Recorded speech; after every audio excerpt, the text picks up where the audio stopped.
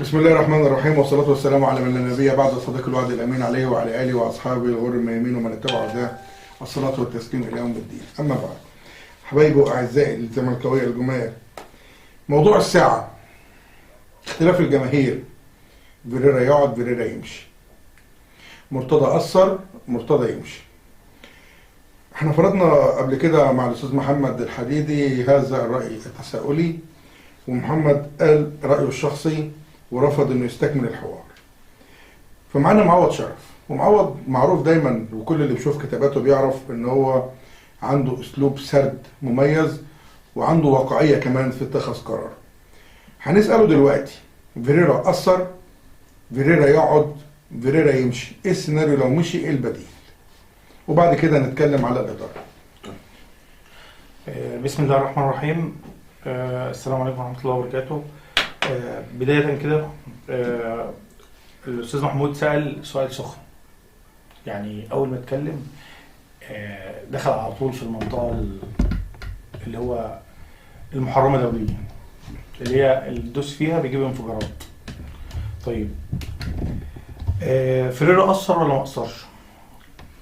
رقم واحد، فيريرا السنة اللي فاتت عشان نجيب القاموس من البداية أو نجيب الخريطة من البداية، فيريرا السنة اللي فاتت غزل برجله. طبعا راجل عجوز عنده كام 70 سنة، غزل برجله. يعني ايه غزل برجله؟ يعني عمل من فرقة مجموعة ناشئين خلانا نتطلع ونثق فيهم. مع بداية الموسم احنا كنا بنقول احنا يا ريت نطلع تالت عشان نلعب كونفدرالية. لا سبحان الله احنا خدنا الدوري، وكان بيلعب يعني اكتشاف حسام عبد المجيد، اكتشف محمد طارق، اكتشف رؤى وأعاد اكتشافه من جديد، اكتشف سيد نيمار، سيف فاروق جعفر، يوسف أسامة نبيه، وسيف فاروق جعفر ويوسف أسامة نبيه. أعاد توظيف سيف الجزيري، دعك الفانوس وطلع منه الجن من الآخر. طيب ايه اللي حصل السنة دي؟ اللي حصل السنة دي حاجة غريبة. رقم واحد، ان هو اتغير فكره، اتغير اسلوبه، اتغير. يعني اقول لك على حاجة، السنة اللي فاتت كان برضه بيبتكر وكان بيغير في الاماكن، كان بيعمل لا مركزية ما بين بن شرقي وزيزو. السنة دي بيغير اللعيبة، لكن اللعيبة نفسها فيها حاجة غلط. المشكلة مش في فيريرا نفسه. فيريرا امبارح لو كان لعب سيد نيمار يمين وجاب شيكابالا شمال كان احسن من ان هو يقتل سيد نيمار في الجنب ده. انا بتكلم كلام صريح. ما ينفعش شيكابالا يبقى تحت يوسف أسامة نبيه؟ لا، ينفع ان هو شيكابالا اللي يستلم ويلعب ثروات باص ليوسف أسامة نبيه. ينفع ان هو ينزل نص الملعب ويلعب 10 ويتحرك ناحية جنب الشمال. لكن ان هو يلعب يمين ويسيب هو تغيير سيد نيمار في الجنب الشمال، كأنك انت بتلعب 10 لعيبه. هو ليه غير سيد نيمار؟ عبد الشافي مجهوده البدني قل، واقف المسلوسي على رجله وبيكمل طيار لحد منطقه جزاء الخصم، فمنزل سيد نيمار من بعد نص الملعب. بص يزق مع يوسف أسامة نبيه عشان يوسف يخش جوه الصندوق. كابتن محمود، القصه دلوقتي ان انا سيد نيمار عدلته اصلا ما بيعرفش يرقص غير لجوه، كل ترقيصه لجوه، ما بيعرفش يرقص لبره. مش سيد نيمار مش بن شرقي، سيد نيمار مش احمد سيد زيزو. سيد نيمار بيرقص لجوه. سيد نيمار لما الكوره بتروح على شماله ما بيعرفش يلعب عشان نوصل لحل. يعني انت شايف ان اللعيبه فيها بيلعب برجل واحد. رقم واحد.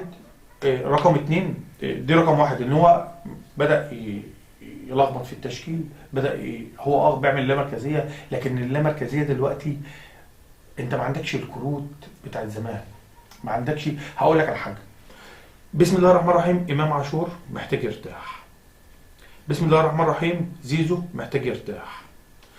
اللعيبه دي انهكت، اللعيبه دي ما ارتاحتش من السنه اللي فاتت، اللعيبه دي لحمت بعد دوري سوبر بتاع مصر سعودي، وبعد كده سوبر مصري، وبعد كده ابتدوا جيم جديد، دوري جديد. السنه اللي قبلها كان منتخب ما بين الموسمين. بس اللي حصل المره دي انت محتاج لعيبتك تاخد نفس، امام عاشور من الدقيقه 50 او من الدقيقه 60 ما عادش بيحس في الملعب.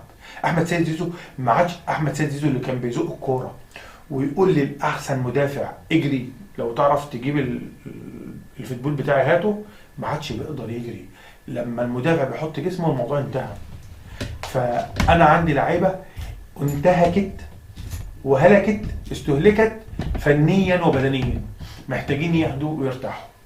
دي رقم 2. رقم 3 بقى نفسيات اللعيبه من جوه. السنه اللي فاتت كنا بنشوف اللعيبه واقفه على الخط، شيكابالا كان مدير فني، كان مدرب عام السنه اللي فاتت.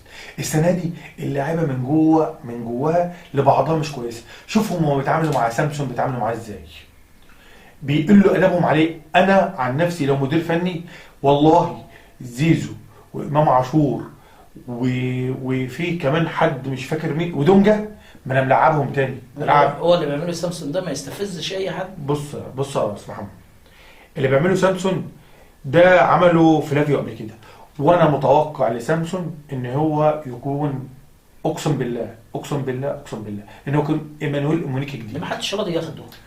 وليكن ما تعرضش اصلا. مين قال ما تعرضش. ثواني بس انا مش عايز ادخل في حوارات واقعد يعني عشان نخلص من الحوار. بسم الله الرحمن الرحيم. سامسون لسه ما لعبش مثلا 200 300 دقيقه على بعض، لسه محتاج جسمه ينزل. راجل بيقف على الكرة صح، راجل بيستلم الكرة صح، راجل بيقف في الاماكن اللي الكرة بتتلعب فيها. يعني معنى كده ان هو مهاجم كويس. فاهم. مهاجم كويس. فاهم شو الكرة اللي جابها جون في اول بتاع ده تدل ان هو ده $1,000,000 دولار. دي تدل ان هو مهاجم كويس، لكن ده محتاج وقت. طب ما انا هقول لك على حاجه، الزمالك كله يفتقد لشخصيته. انت علشان سامسون يبقى كويس لازم كل اللعيبه اللي حواليه تبقى كويسه. انت احمد زيزو كويس، امام عاشور كويس، دونجا كويس، رؤى كويس، عمرو سيسي كويس، الجنبين بتوعك الطرفين بتوعك كويسين، الباك اليمين الباك الشمال عندك كويسين. انت عندك خط دفاعك حتى بيحط الكره جون في نفسه. تقول لي ان سامسون كويس او مش كويس لما الفريق كله يبقى كويس وهو يبقى وحش. لكن ما يبقاش سامسون معلش في الكلمه يعني مع فريق دلوقتي انا بعتبره عاله. انا بقالي 3 ماتشات بتفرج على اجزاء من الماتشات، يعني بتفرج على 5 دقائق 10 دقائق اللي بلحقه. ليه؟ ببقى في شغل ولما ارجع ومش عارف ايه وبشغل التليفون وانا في الطريق، لان انا كمان بخاف افتح بتاع التليفون او افتح على بث مباشر مثلا على بتاع الزمالك يدخل في جون وانا اصلا على الطريق ببقى مزاجي مش حلو. في وسط الشغل مزاجي بيتاثر بان الزمالك يفوز او يخسر. فكل اللي احنا نتمناه ان لعيبه الزمالك ترجع المسار الصحيح، يحبوا بعض تاني. فيريرا عنده نسبه خطا لكن لا تتعدى ال 30%. في 70% عند اللعيبه بتقابل من بعيد. اللعيبه تتوقع اسماعيل يوسف يقدر يلم اللعيبه؟ اللعيبه مش عايزه تتلم.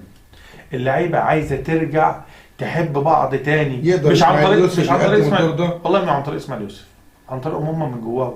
احنا 2014 2015 يا كابتن محمود كان اسلام جمال واقف بره عشان ياخد اللعيبه بالاحضان ويطير عليهم ويحضنهم. انت فاكر القصه دي؟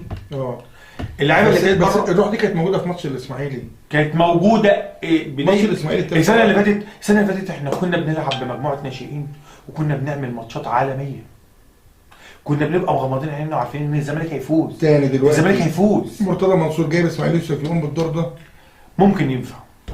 هو اللي خلي بالك هو برضه سنه 2014 2015 في حادثه استاد الدفاع الجوي هو اللي رجع عمر جابر تاني. طيب هو اللي رجعه تاني. السؤال الاهم هو اللي رجع فتوح على فكره، هو اللي رجع فتوح بس مع شيكابالا. السؤال الاهم انت من واقع كلامك استبعاد فيريرا من الاداره الفنيه غير وارد. لا غير وارد. ليه بقى؟ لان فيريرا بص كواليتي اللعيبه بتاعت مصر دلوقتي اصبح كواليتي واطي. الكواليتي بتاع اللعيبه نفسها اتغير. ما عادش عندك لعيبه زمان، ما عادش عندك اللعيبه اللي تقول عليهم واو، اللي انت تبقى عارف ان اللاعب ده اهو هيكسبني. اخر كارت كان عندنا واحنا مغمضين عينينا نبقى عارفين ان هو هيكسبنا كان بن شرقي. وللاسف الشديد بن شرقي خروجه من الزمالك قتلني وقتل كل الزملكاويه. كنت رافع كان صوره فيها وعد سياده المستشار، كنت رافع صوره من 3-4 مفيش ايام. لعيب بيقعد غصب عنه يا محمد. كنت رافع صوره من 3-4 ايام. فيها صوره مصطفى محمد احسن مهاجم في مصر، فيها صوره فرجاني ساسي احسن لاعب رقم 8 في مصر، كان فيها صوره بن شرقي، وكان فيها صوره مين تاني مش فاكر، بس على الاقل طارق حامد. كان 4 لعيبه تبني عليهم اي فريق، مش قوام فريق، قوام منتخب، والله منتخب. كان ناقصهم بس الونش ويبقى الموضوع خلص. محتاج عليهم اي حشو 3-4 كان بقى معاك جيم محترم. ده رأي معوض، بتفق معاه في جزء كبير جدا من كلامه. البروفيسير لا غنى عنه، اللعيبه محتاجه ربطه، وان شاء الله نتعشم خير في اسماعيل يوسف. الجزء الثاني من الحلقه هيكون قبل اي كلام. لعيبه الزمالك مش المفروض المدير الفني اللي يقول لهم اضغطهم. لعيبه الزمالك فيها حاجه مش كويسه، فيها حاجه مش طبيعيه. لعيبه الزمالك ما بتضغطش، لعيبه الزمالك بتحلق، وده في حد ذاته احنا لما شفناه في ماتش الاهلي والزمالك بتاع ايفونا لا احنا شفنا كارثه حصلت. احنا نسفنا الدفاع بسبب ايفونا. تمام، زي ما قلنا لكم احنا مع بعض وهنواصل بعد الفاصل.